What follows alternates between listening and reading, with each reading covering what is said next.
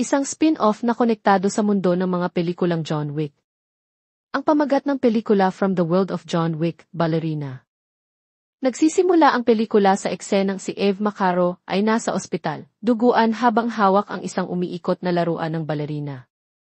Sa isang flashback, makikitang tahimik ang pamumuhay ni Eve, kasama ang kanyang ama na si Javier, hanggang isang araw ay dumating ang mga armadong lalaki para siya'y tugisin. Itinago ni Javier si Eve bago niya pinaslang ang mga kalaban. Dumating ang pinuno ng mga kalaban na si The Chancellor upang harapin si Javier. Inakusahan niya si Javier na inagaw ang kanyang asawa, na dati umanong kasapi ng kanilang kulto, kaya raw ito namatay. Si Javier naman ay miyembro ng kalabang grupo.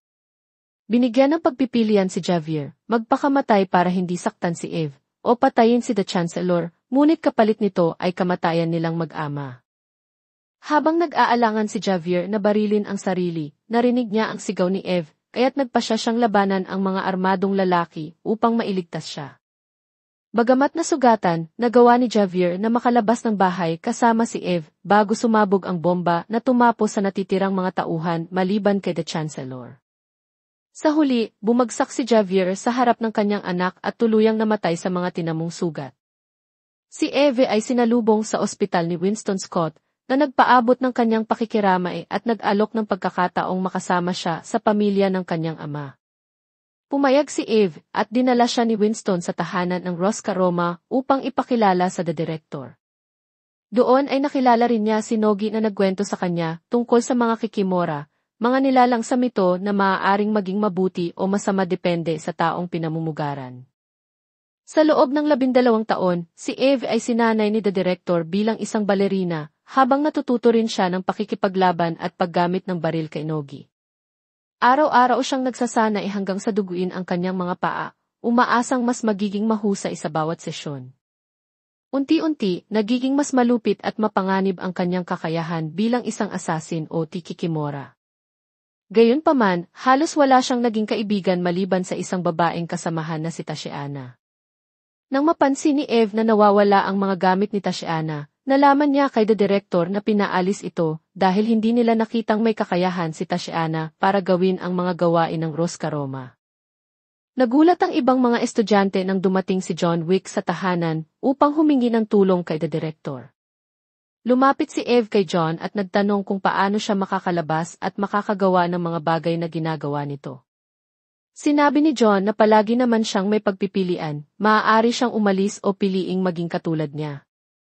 Ipinadala ni The Director si Eve sa kanyang unang misyon sa labas. Ang tungkulin niya ay protektahan ang isang dalagang nagngangalang Katla mula sa paparating na target na si Ilseong. Natagpuan ni Eve si Katla sa isang nightclub at inobserbahan habang papalapit ng may pagbabanta si Seong at ang mga tauhan nito. Hinarap ni Eve ang mga lalaki at nakipaglaban sa kanila. Napatay niya ang mga ito at hinarap si Seong, na paulit-ulit niyang sinaksak gamit ang matulis na dulo ng maso. Matapos nito, inakay ni Eve si Katla palabas upang mailigtas. Makalipas ang 2 buwan, katatapos lang ni Eve ng isa na namang misyon kung saan pinatay niya ang isang grupo ng kalalakihan sa isang apartment. Habang papaalis siya, isang van na may sakay na 2 armadong lalaki ang bumangga sa kanyang sasakyan. Tinangka nilang patayin siya, pero mabilis niya silang napatumba. Napansin ni Eve na ang isa sa mga lalaki ay may peklat na hugisda sa pulso, katulad ng mga lalaking pumatay sa kanyang ama. Pinuputol niya ang kamay ng lalaki at dinala ito kay The Director upang humingi ng paliwanag. Ayon kay The Director, ang marka ay pag-aari ng isang kulto. Ngunit may kasunduan ang kulto at ang Roscaroma na hindi sila makikialam sa mga gawain ng isa't isa, kaya't hindi niya matutulungan si Eve na hanapin ang mga ito. Pumunta si Eve sa The Continental Hotel at nag-check-in kay Charon bago hanapin si Winston.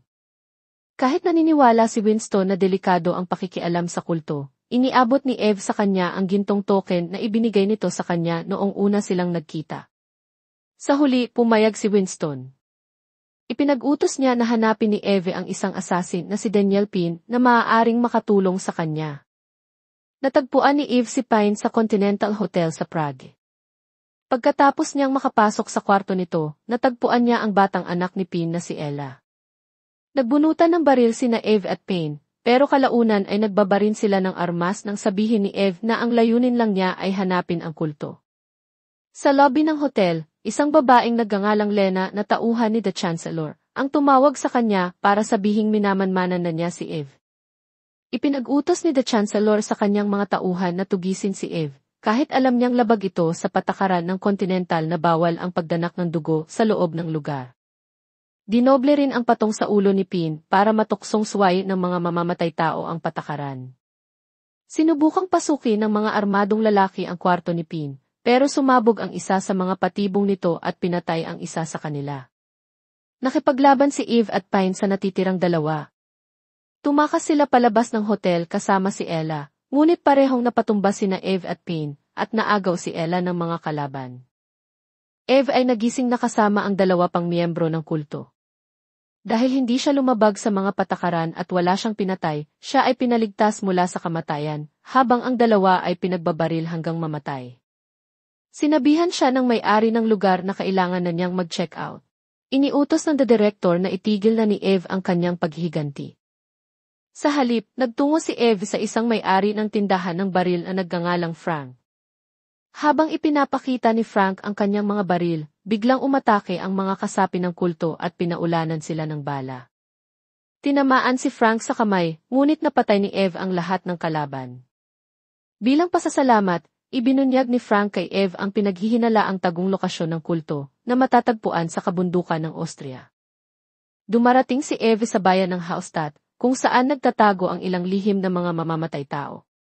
Pumunta siya sa isang tavern, ngunit hindi nagtagal ay natunton siya ng mga armadong kasapi ng kulto. Nakipaglaban si Eve at napatay ang mga ito, ngunit dumating ang mga karagdagang kalaban matapos tumawag ng saklolo ang isang empleyado ng tavern na si Agnetha. Nilabanan ni Eve si Agnetha at ang iba pang miyembro ng kulto. Binaril niya si Agnetha sa ulo, pagkatapos ay bumaba siya sa basement upang kumuha ng mga baril at granada para ipagpatuloy ang laban. Habang napapatay ni Eve ang karamihan sa mga kalaban, natalo rin siya sa bandang huli at napunit ang kanyang jacket. Ibinunyag ang tatoo ng Ruska Roma sa kanyang katawan na nagsabi kay The Chancellor kung sino talaga si Eve. Habang papalapit si Eve, hinarap siya ni The Chancellor at Lena. Ibinunyag ni The Chancellor na si Lena ay ang matagal nang nawawala niyang nakatatandang kapatid. Galit si Lena kay Eve dahil dinala siya ni Javier upang magkaroon ng mas mabuting buhay, habang naiwan naman si Lena sa kulto. Naniniwala rin si Lena na si Javier ang may kasalanan sa pagkamatay ng kanilang ina, dahil iniwan nito ang kulto para sa isang kasapi ng Ruska Roma. Si Ella ay apo rin pala ni The Chancellor, at balak niyang sanayin ito upang maging mamamatay tao, dahil ito ay pinili, samantalang ang mga estudyante ng Ruska Roma ay pumipili ng sarili nilang landas. Naiwang magharap sina Eve at Lena, at iniutos ni The Chancellor sa kanyang mga tauhan na patayin silang dalawa. Naghagis sila ng mga granada sa silid na naging sanhi ng pagkamatay ni Lena, ngunit nakaligtas si Eve. Tinawagan ng Chancellor si The Director upang ideklara na ang mga kilos ni Eve laban sa kanila ay maituturing na isang akto ng digmaan.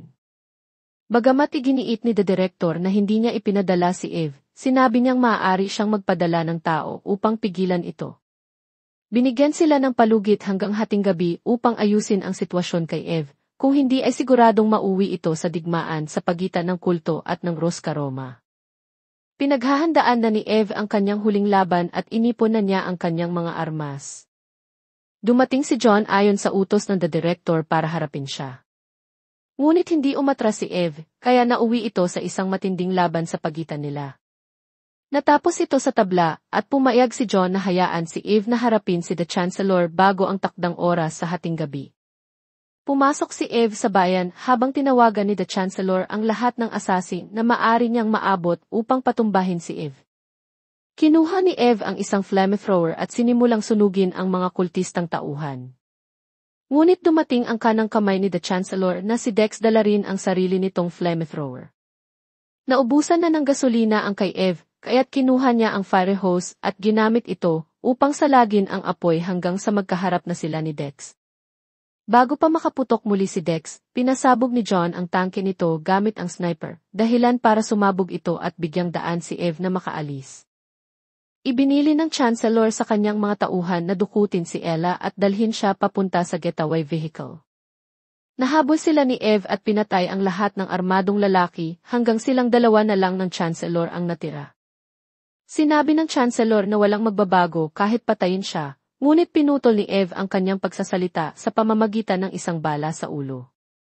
Pinalaya ni Eve si Ella at umalis silang magkasama, habang kinukumpirma naman ni John kay the director na buhay pa si Eve at patay na ang Chancellor. Nagkita muli sina Ella at Payne sa ospital. Samantala, si Eve ay nag-check-in sa Continental Hotel sa New York at pagkatapos ay nanood ng isang pagtatanghal ng ballet kung saan nakita niyang sumasayaw si Katla. Hindi nagtagal, lumabas ang isang kontrata sa ulo ni Eve na nagkakahalaga ng $5 milyon.